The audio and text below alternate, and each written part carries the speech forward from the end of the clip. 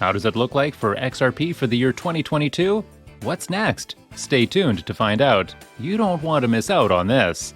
Before we get into the video, don't forget to drop a like on this video and subscribe to the channel if you haven't already.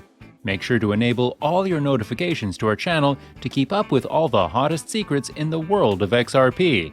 Without further ado, let's dive in.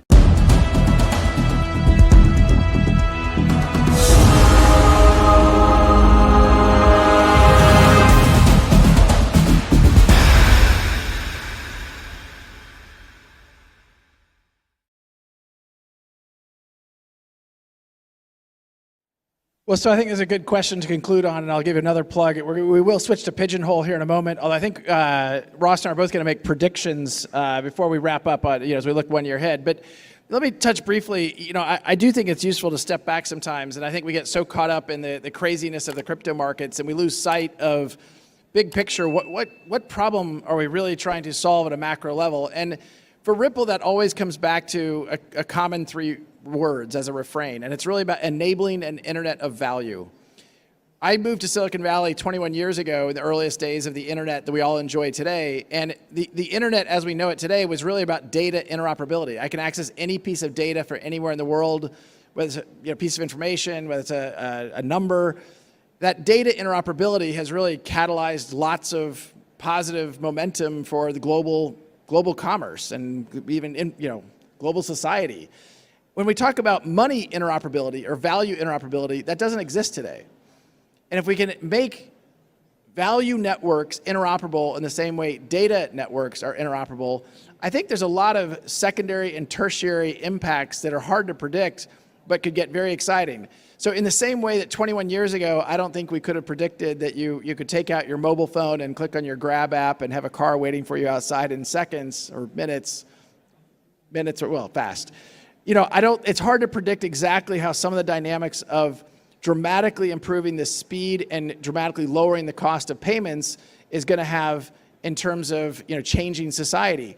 One of the things I'll comment on is there's close to 2 to 3 billion people who are either unbanked or largely underbanked in the global financial society. These are people who, if we can bring them into that community, they have great benefits to that. And there's a reason banks don't serve the underbanked community because they don't want to. They don't serve them because they can't do it profitably. Banks are profit-seeking engines. And if they can serve a customer profitably, they will do so. And so I think blockchain technologies have the opportunity by reducing friction and reducing costs dramatically to totally change the nature of how payments flow. I'll give you one quick example, which is kind of crazy, I admit, is a lot of us don't think about, here in Singapore, I believe you get paid once a month. In the United States, you get paid once every 2 weeks. Has anyone ever thought about why you get paid once a month or once every 2 weeks? It comes down to the friction of payments. And if we can remove the friction of payments, why can't you get paid every day? Or even more crazily, why don't you get paid every hour or every second? You could have a stream of value showing up in your whatever repository of value. Now, why you need to get paid every second, I'm not sure.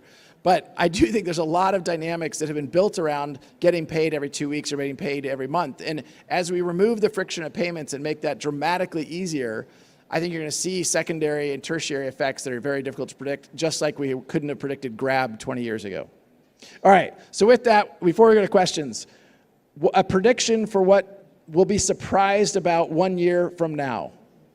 I think in making predictions in this space, you should probably think of the most outrageous thing you can possibly say, because it'll probably come true within the next 12 months. But I'll be a little bit more conservative, I guess, in my prediction. I think if you look at the work of jurisdictions in designing law and regulation around crypto assets, I think, or fintech more generally, I think it's certainly the case that the level of cooperation and the depth of the conversation will be much greater in a year than it is today. I think there's so much work that's being done at the international level on these issues, not only by the IMF and the World Bank, but also other organizations that we work closely with like FATF, like the Financial Stability Board or the Basel Committee.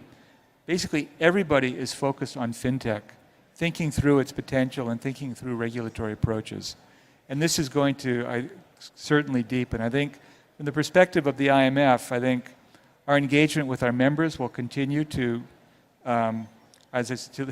repeat a phrase, deepen. I think the Bali FinTech agenda is something that we regard as a very important development that will help us work closely with our member countries. And I have to say that in all this work, one can't underestimate the leadership at the head of many of these institutions. Christine Lagarde, our managing director, has really been a driving force in our work on FinTech. And of course, she'll be a keynote speaker here on Wednesday. But all this to say that, international cooperation is essential, and I think that cooperation is happening in ways that will result in greater cross-border initiatives and, as I say, a more effective conversation about regulation.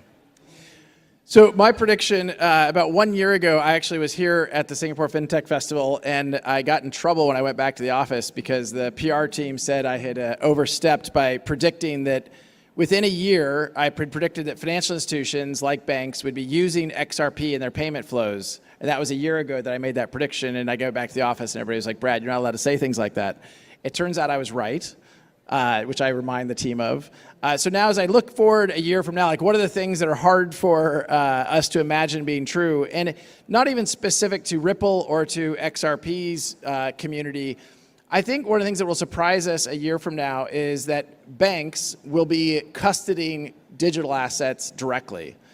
And I think right now we think about that and think, look, there's no way that's going to happen. They're too conservative.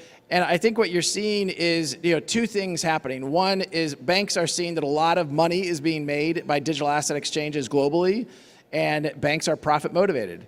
The second, and as we've talked about up here, certainly Ross has made very clear, is regulatory clarity and regulatory frameworks enable banks and financial institutions to lean into these markets. And I think we will surprise ourselves by this time. And by the way, I'll also predict that it will be banks in the ASEAN markets where there is this regulatory clarity and there is a lot of progressive forward thinking.